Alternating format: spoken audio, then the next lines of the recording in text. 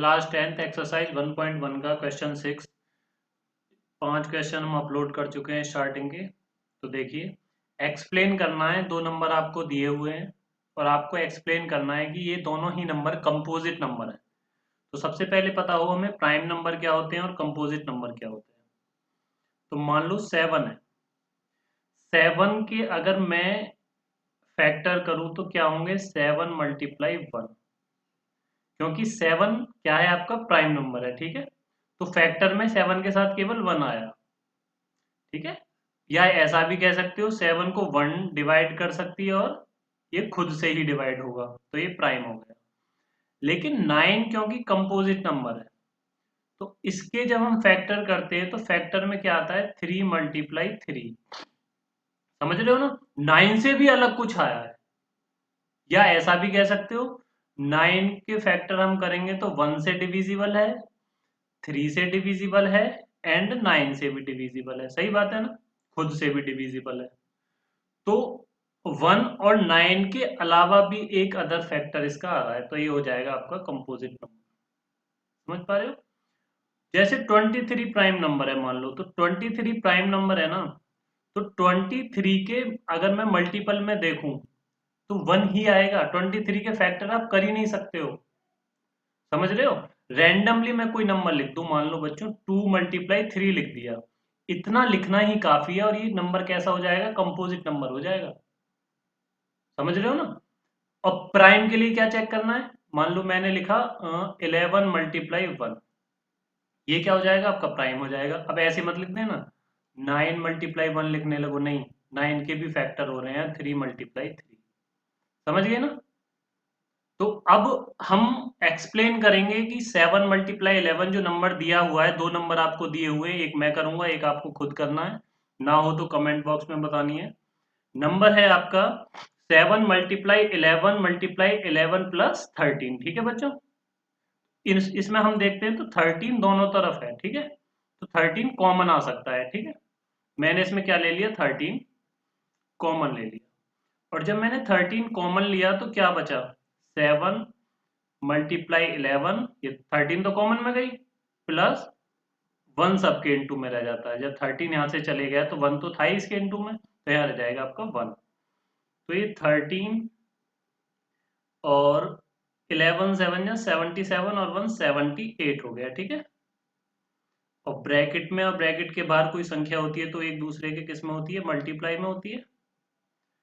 अब यहाँ क्या करेंगे बेटा? देखो 78 के भी फैक्टर हो रहे हैं ना, अभी तो यहाँ फैक्टर कर लो। क्या होंगे फैक्टर? 13 6 जा 78 है ना, तो 13 6 जा, और 6 को भी क्या लिख लेंगे आप? 2 मल्टीप्लाई 3। ठीक है, तो ये गिवन नंबर जो था इसके फैक्टर आए हमारे, 13 आया, 2 बार आया, और 2 भी आया और 3 भी आया। यानी कि एक नंबर मिलता हमें मल्टीप्लाई करने के बाद। ध्यान से सुनो, मल्टीप्लाई करने की जरूरत नहीं है, हमें इसकी मल्टीप्लाई करते मान लो एक नंबर मिलता, लेकिन उस नंबर के भी उसके खुद के और 1 के अलावा ये फैक्टर बने हैं। 13 बना है, 2 बना है और 3 बना है।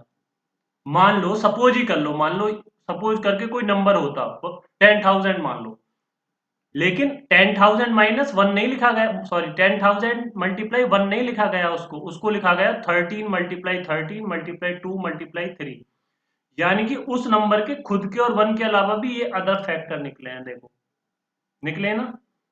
और इस वजह से कंपोजिट नंबर हो जाएगा। और इसकी लिखनी पड़ेगी आपको डेफिनेशन, थोड़ी सी नीचे लिखनी पड़ेगी, क्योंकि कंपोजिट नंबर कौन से होते हैं एग्जाम में ये भी लिखना है, नंबर नहीं मिलेगा। Composite numbers are numbers, composite number वो नंबर होते हैं that have more than 2 factor. बिल्कुल सिंपल डेफिनेशन है, दैट हैव मोर देन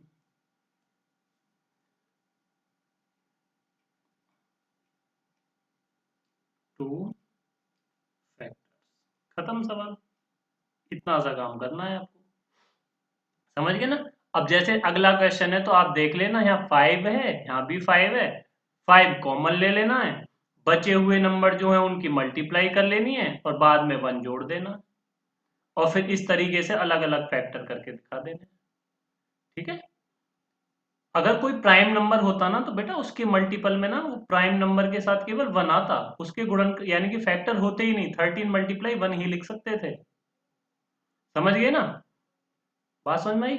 या मान लो मैं 10 लिख रहा हूं, तो 10 के जो फैक्टर निकल के आएंगे ना, क्या क्या आएगा, 2 मल्टीप्लाई 5, यानी कि खुद के और 1 के अलावा भी ये दो नंबरों से कट रहा है अलग। 4 नंबर हो गए टोटल, इसके 4 फैक्टर हो गए, 1 भी, 10 भी, 2 भी और 5 भी। डेफिनेशन यही तो कहती है, composite number are numbers, composite number वो नंबर होते हैं that have more than 2 factor, जिसके 2 से ज्यादा फैक्टर हो। तो देख लो 10 के 2 से ज्यादा फैक्टर है, एक तो एक खुद था, एक 1 था, और 2 अलग और निकल गए, 2 और 5, इसलिए कंपोजिट नंबर है। अब हमारा जो नंबर है, ये जैसे मैंने पहला पार्ट करा है, तो 13, 2, 3, और वो खुद भी होगा और 1 भी होगा, इतने सारे फैक्टर निकल कर आए। समझ गए ना? यानी कि एक फैक्टर 2 हो गया, एक फैक्टर 3 हो गया, एक फैक्टर 13 हो गया, एक वो नंबर खुद होगा जो मल्टीप्लाई होके आता, और एक 1 हो जाता। तो 2, 3, 4, 5 फैक्टर हो गए उसके, इसलिए कंपोजिट नंबर है। सेकंड पार्ट खुद करो, समझ में ना आए तो मुझसे पूछना। नेक्स्ट क्वेश्चन देखिए, क्वेश्चन नंबर 7। 7 क्वेश्चन है, देयर इज ए सर्कुलर पथ अराउंड ए स्पोर्ट्स फील्ड, एक स्पोर्ट्स फील्ड है, ठीक है, और वहां पर एक सर्कुलर पथ है, वो मैं बनाए दे रहा हूँ आपको, मान लो ये रहा, ठीक। Sonia takes 18 minute to drive 1 round of the field. Sonia है, अगर वो इसका पूरा चक्कर लगाती है तो उसे सोनिया को टोटल कितनी मिनट लगती है, 18 मिनट, ठीक है। वाइल, जबकि Ravi takes 12 minute for the same, और रवि को इसी का चक्कर लगाने के लिए पूरा अगर वो लगाता है तो उसको कितना टाइम लगता है, 12 मिनट लगते हैं, ठीक है। Suppose they both start at the same point and at the same time, तो अब ये सपोज करा रहे हैं कि दोनों एक ही साथ स्टार्ट करते हैं, इसी पॉइंट से स्टार्ट करते हैं और एक ही वक्त पर स्टार्ट करते हैं, ठीक है ना, एंड गो, और एक ही डायरेक्शन में जाते हैं, and go in the same direction, after how many minutes will they meet again at the starting point. तो ये पूछ रहे हैं कि वो चक्कर लगाएंगे ना, तो कितनी देर बाद, कितने वक्त के बाद वो दोबारा इसी पॉइंट पर आकर मिल जाएंगे। कॉमन सेंस भी लगा सकते हो, मान लो यहाँ से स्टार्ट करा सोनिया ने, उसने, उसका टाइम कितना रहा, 18 मिनट, रवि का टाइम रहा 12 मिनट, तो रवि जो है वो पहले आ जाएगा और ये थोड़ी पीछे आएगी, 18 मिनट ले रही है। अब एलसीएम का मतलब क्या होता है, एलसीएम का मतलब होता है लीस्ट कॉमन मल्टीपल, मैंने बताया हुआ है आपको। मान लो एक नंबर 3 है और एक नंबर 4 है, इनका एलसीएम कैसे पता करें, क्या होगा भाई साहब, 3 का टेबल पढ़ लो और 4 का टेबल पढ़ लो, लीस्ट कॉमन मल्टीपल जहां भी जाकर ये मिल जाए टेबल, वही आपका एलसीएम है। तो ये लैंग्वेज में पूछ लिया ये बात इसने, भाई ये 3 का टेबल पढ़ा, ये 4 का टेबल पढ़ा हमने, कहाँ जाकर मिल गए, दोनों 12 पर मिल गए ना, तो 12 ही आपका क्या हो जाएगा, एलसीएम हो जाएगा। ये बात मैंने डिजिट लेकर समझाई है, और ये बात इसने लैंग्वेज में कह दी है, बस इतना फर्क है, ठीक है ना। तो 18 का टेबल पढ़ेंगे, एक तरीका ये भी है, 18 टू ज़ा 36, और 12 का पढ़ेंगे 12, 12 टू ज़ा 24, और 12 3 ज़ा 36, तो दोनों कहाँ मिल जाएंगे, 36 मिनट बाद दोनों इसी पॉइंट पर वापस से मिल जाएंगे, ये आपका आंसर हो जाएगा 36 मिनट। समझ में आया ना? बाकी एलसीएम निकालना है, और बहुत सारे मेथड होते हैं, उन मेथड से निकाल सकते हो, डिवीजन मेथड अपना सकते हो, कोई और मेथड अपना सकते हो, ठीक है ना। ठीक है बेटा, अगली एक्सरसाइज 1.2 जो है वो मैं नेक्स्ट वीडियो में अपलोड करूंगा। Thanks for watching.